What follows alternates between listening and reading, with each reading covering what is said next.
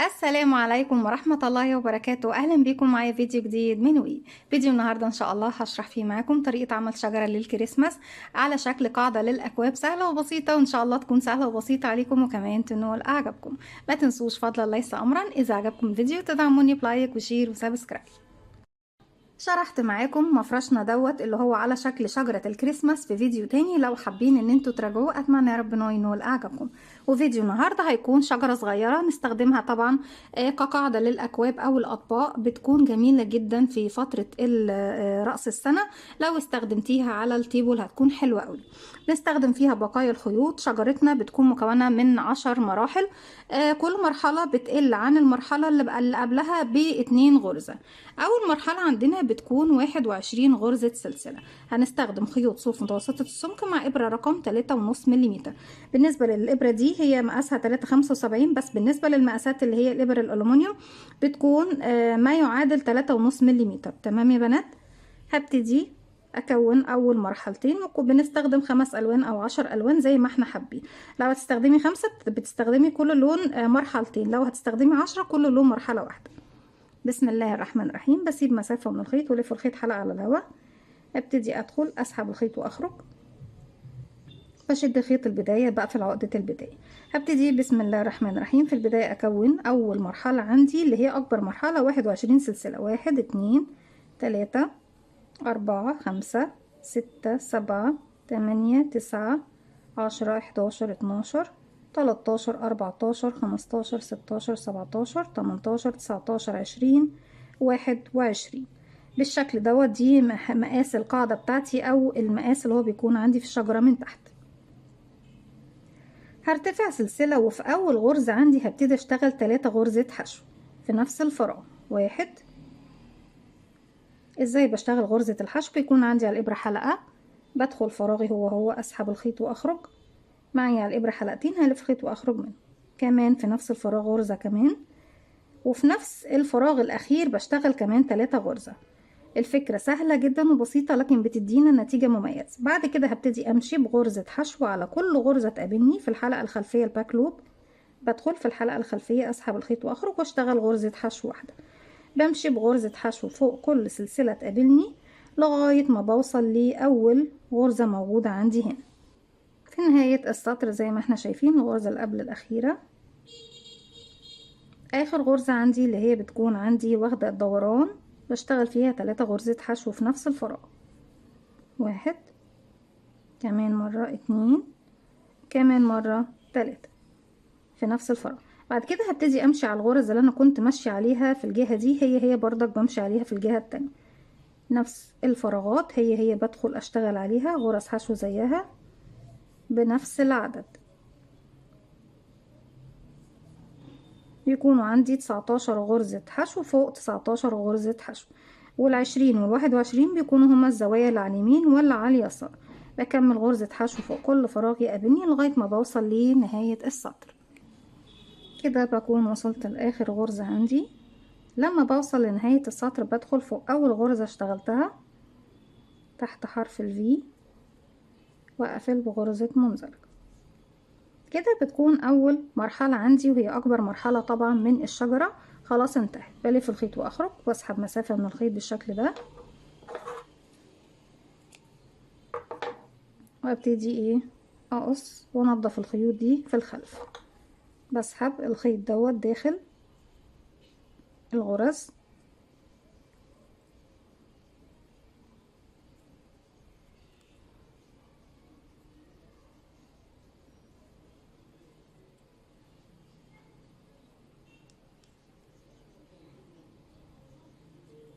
بالشكل ده. كده كونا أول مرحلة. المرحلة بتاعتي بتكون بالشكل ده. طيب تاني مرحلة احنا هنا دول ابتديناها ب21 غرزة سلسلة. طبعا في النهاية بنكوي الشغل بتاعنا عشان يكون مفرود ومستوي. المرحلة رقم 2 بتكون 19 غرزة سلسلة، وفي نفس الطريقة اللي اشتغلنا بيها هنا بنشتغل بيها في كل المراحل. المرحلة اللي احنا هنشتغلها دي 19، المرحلة اللي بعدها 17، وبعد كده 15 و13 و11 و9 و7 و5 و3 سلاسل لغاية ما نوصل لآخر مرحلة. بنفس الطريقة. ايه هي الطريقة؟ ان في اول غرزة بشتغل 3 غرزة حشو، في اخر غرزة بشتغل 3 غرزة حشو، فوق كل غرزة من الغرز بشتغل حشو واحدة من الجهة دي مرة ومن الجهة دي مرة. 1 2 3 4 5 6 7 8 9 10 11 12 13 14 15 16 17 18 19 وسلسلة للارتفاع فقط لا غير. وبعد كده ببتدي اشتغل في اول غرزة 3 مرات، 1 2 3 وفوق كل غرزة تقابلني غرزة واحدة بس لغاية ما بوصل للزاوية التانية اللي هي طبعا ايه الجهة التانية. اول غرزة موجودة عندي هنا في نهاية السطر. في اخر غرزة عندي ببتدي اشتغل 1 2 3 في نفس الفراغ، وبكده بكون عملت دائرة او استدرت للجهة المقابلة. فوق كل غرزة بتقابلني بشغل غرزة حشو زيها لغاية ما بوصل لنهاية السطر بتاعي. خيط البداية بدخل في الغرزة زي ما احنا شايفين، باخد بقى المطب مع الحلقة الأمامية اللي أنا كنت سايباها مع الخيط البداية بحيث ان أنا أخفيه معايا تحت الغرز لغاية ما بوصل لآخر السطر. في نهاية السطر ببتدي أقفل في أول غرزة اشتغلتها بغرزة منزلقة، والمرة دي هبتدي أسحب الخيط، هسيب مسافة كافية تسمح لي ان انا ابتدي اعرف اخيط بيها الشغل بتاعي.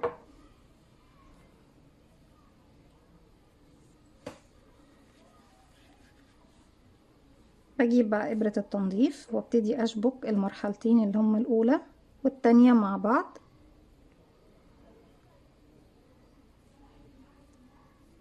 وهبتدي اجيب المرحلة اللي قبلها بالشكل ده. بسيب مكان الزوايا، هجيب هنا بقى بصوا ده ظهر الشغل مع ظهر الشغل هنا بالشكل ده، وعايزة ابتدي اسيب مكان الزوايا وابتدي اشبك الجزئين مع بعض.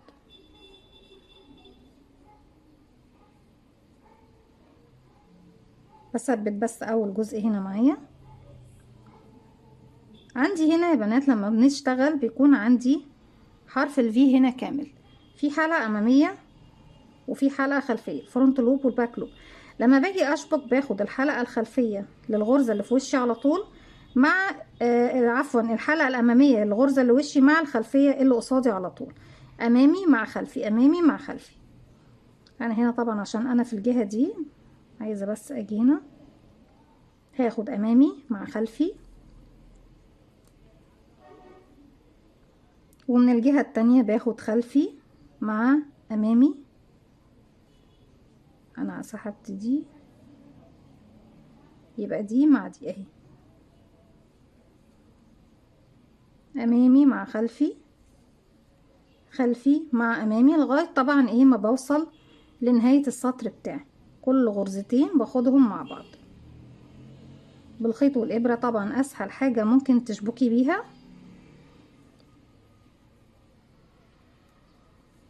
ما فيهاش اي صعوبة. في بنات بتحب تشبك بإبرة الكروشيه، تشبكي بغرزة المنزلقة، طريقة غرزة المنزلقة وشرحتها معاكم في اكتر من فيديو للتشبيك، بس انا بصراحة افضل الطريقة اللي هي بالخيط والابرة دي زي ما احنا شايفين، سهلة وسريعة وفي نفس الوقت بتدينا نتيجة نظيفة جدا.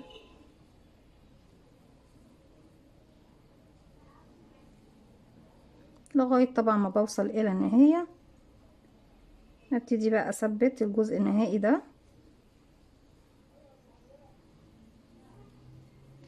بالشكل ده.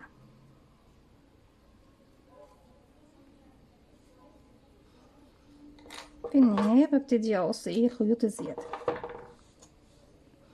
كده شبكنا مرحلتين مع بعض زي ما احنا شايفين اهو. نفرد طبعا شغلنا بالشكل ده، وبعد ما بخلص خالص بنفرده بالمكوى. عندي هنا طبعا مرحلة اكبر من مرحلة، ولسه طبعا لما نكمل بقية المراحل هيكون الشغل شكله اوضح.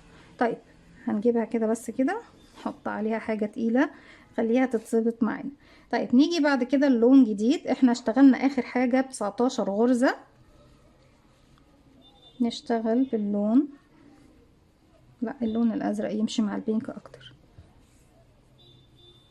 طيب 19 نشيل منهم 2 يعني هيكون معانا 17 سلسلة. بسم الله، 1 2 3 4 5 6 7 8 9 10 11 12 13 14 15 16 17. ده بالنسبة طبعا للعدد ده. طيب العدد اللي بعده هيكون 15، بعد كده العدد اللي بعده 13، العدد اللي بعده 11 9 7 5 3. هنمشي بنفس الطريقة، وكل مرحلتين طبعا بنشبكهم في المرحلتين اللي قبليهم، ونشبكهم مع بعض، وبعد كده نشبكهم في المرحلتين اللي قبليهم لغاية ما بوصل لآخر مرحلة اللي بيكون عندي فيها 3 سلاسل بس. بشتغل على الجهة اللي هي الغرزة الأولى 3 غرز، والغرزة اللي في النص غرزة، والغرزة الأخيرة 3 غرز، وارجع تاني الغرزة اللي في النص من الجهة التانية هيكون عندي غرزة. هكمل كمان المراحل الباقية عندي. أنا هنا اشتغلت 2 من ال10، بقيلي 8 مراحل هكملهم بنفس الطريقة اللي احنا شرحناها مع بعض، وارجع لكم نشوف بقية الشجرة بتاعتنا هنعمل فيها ايه. رجعت لكم تاني، وزي ما احنا شايفين كده المراحل بتاعتنا اكتملت: 1 2 3 4 5 6 7 8 9 10. كده بتكون الشجرة بتاعتنا اكتملت، ما عدا بس لسه ايه الشجر، الجذع بتاع الشجرة بتاعتها والنجمة. بنبتدي بسم الله الرحمن الرحيم، برتفع 3 سلسلة. بسم الله، 1 2 3، وهاجي هنا عند منتصف الشجرة بالظبط. وبعد كده انا ما عدتش، انا جايباها كده زي ما احنا، بصوا حتى كمان عشان نكون احسن. باجي بقى هنا في المنتصف وبسبق بغرزة منزلقة بالشكل ده. هرتفع سلسلة، وهبتدي في اول غرزة عندي اشتغل غرزة نصف عمود بالشكل ده زي ما احنا شايفين. بس انا عايزة بعد السلسلة قبل ما اشتغل النصف عمود اعمل حاجة. بعد ما ارتفعت السلسلة يا بنات انا محتاجة ان اسيب سلسلة من تحت واشبك هنا بمنزلقة، وبعد كده بروح اشتغل بقى النصف عمود بتاعي كده. 1 على اول غرزة، وتاني غرزة عليها كمان نصف عمود، تالت غرزة اللي هي الغرزة الأخيرة بالنسبة لي. أنا هنا اشتغلت واحدة زيادة، لا هي 3، بشتغل فيها 5 غرزة نصف عمود. 1 2 3، كل ده في نفس الفراغ. 4 5، وبعد كده الغرزتين التانيين اللي احنا اشتغلنا عليهم بشتغل عليهم الجهة التانية. لا أنا كده اشتغلت في نفس الفراغ، بدخل في الغرزة اللي قبلها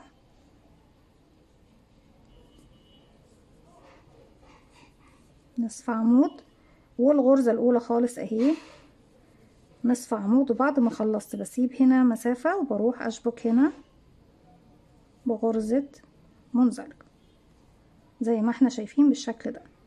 بعد كده بقى أسحب الخيط بتاعي وأبتدي أقص، بإبرة التنظيف ببتدي ايه أنظف زي ما احنا شايفين كده. لما بظبط شغلي بالشكل ده، وطبعا بعد ما هنضف بإبرة التنظيف بيكون الشكل بتاعنا الجزء اللي تحت عندي اهو بالشكل ده. طيب انا مش هطول عليكم بإبرة التنظيف، احنا عارفين طبعا بنضف ازاي.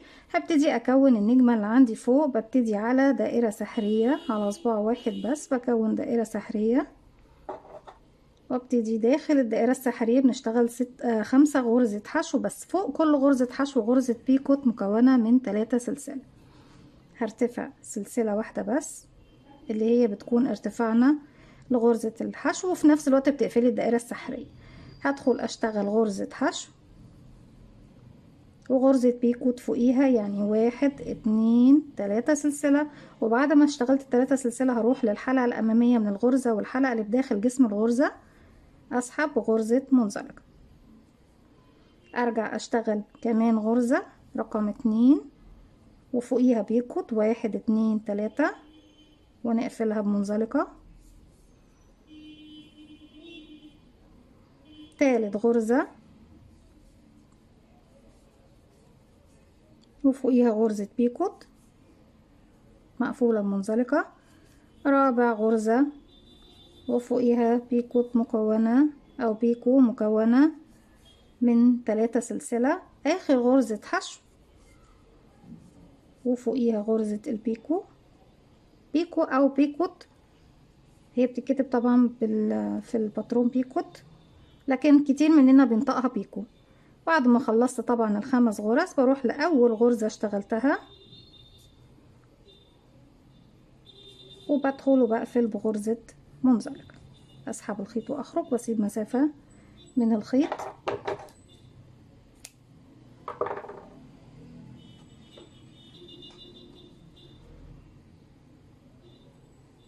هسحب الخيط دوت هنا عندي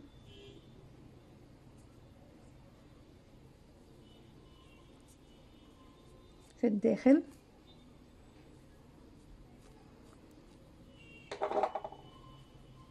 ولو هنخيطها بإبرة التنظيف اللي احنا اشتغلنا بيها. لو مش هنخيطها هبتدي في المكان ده ادخل اسيبها هنا في المكان ده، وفي قمة الشجرة ببتدي اسحب الخيوط اللي انا سايباها